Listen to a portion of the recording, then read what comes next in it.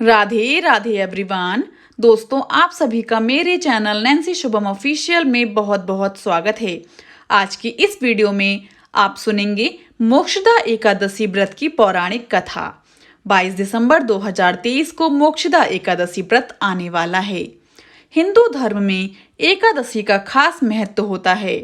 पंचांग के मुताबिक हर माह में 2 एकादशी तिथि आती हैं, एक शुक्ल पक्ष में और एक कृष्ण पक्ष में। मार्गशीर्ष माह के शुक्ल पक्ष में आने वाली इस एकादशी को मोक्षदा एकादशी कहा जाता है। दोस्तों, इस व्रत को मोक्ष देने वाला माना जाता है। इस व्रत के प्रभाव से आप अपने पूर्वजों की दुखों को खत्म कर सकते हैं। इस बार मोक्षदा एकादशी का व्रत 22 दिसंबर को रखा जाएगा। दोस्तों, एकादशी तिथि का प्रारंभ 22 दिसंबर को सुबह 8:16 से लेकर 23 दिसंबर सुबह 7:11 तक है।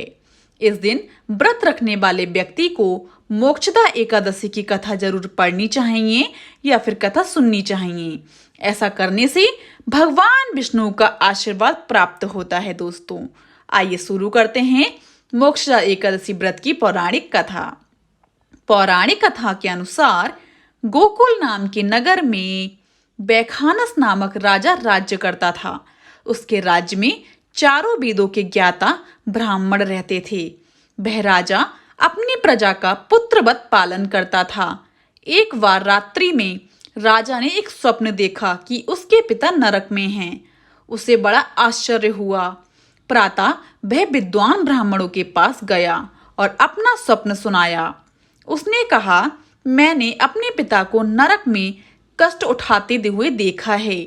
उन्होंने मुझसे कहा है कि हे पुत्र, मैं नरक में पड़ा हूँ, यहाँ से तुम मुझे मुक्त कराओ। जब से मैंने ये वचन सुने हैं तब से मैं बहुत बेचैन हूँ। चित्त में बड़ी अशांति हो रही है। मुझे इस राज्य, धन, पुत्र, स्त्री, हाथी, घोड़े आदि में कुछ भी सुख प्रतीत नहीं होता। मैं क्या करूं? राजा ने कहा, हे ब्राह्मण देवताओं, इस दुख के कारण मेरा सारा शरीर जल रहा है। अब आप कृपा करके कोई तप, दान, व्रत आदि ऐसा उपाय बताइए जिससे मेरे पिताजी को मुक्ति मिल जाए। उस पुत्र का जीवन व्यर्थ है जो अपने माता पिता का उद्धार न कर सके। एक उत्तम पुत्र जो अपने माता पिता तथा पूर्वजों का उद्धार करता है वह 1000 मूर्ख पुत्रों से अच्छा है। जैसे एक चंद्रमा सारे जगत में प्रकाश कर देता है परंतु हजारों तारे नहीं कर सकते। ब्राह्मणों ने कहा, हे राजन, यहाँ पास ही भूत, भविष्य, वर्तमान के ज्ञाता पर्वत ऋषि का आश्रम है। आपकी समस्या का हल वे जरूर करेंगे। ऐसा सुनकर राजा मुनि के आश्रम पर गया। उस आश्रम में अनेक शांत चित्त योगी और मुनि तपस्या कर रहे थे। उसी जगह पर्वत मुनि बैठे थे। राजा ने मुनि को साष्टांग दंडवत प्रणाम किया। मुनि ने राजा से सांगोपांग कुशल पूछी। राजा ने कहा कि महाराज, आपकी कृपा से मेरे राज्य में सब कुशल है, लेकिन अकस्मात मेरे चित्त में अत्यंत अशांति होने लगी है। ऐसा सुनकर पर्वत मुनि ने आंखें बंद की और भूत विचारने लगी। फिर बोले, हे राजन, मैंने योग के बल से तुम्हारे पिता के कुकर्मों को जान लिया है। उन्होंने पूर्व जन्म में कामातुर होकर एक पत्नी को रति दी, किंतु सौत के कहने पर दूसरी पत्नी को ऋतुदान मांगने पर भी नहीं दिया।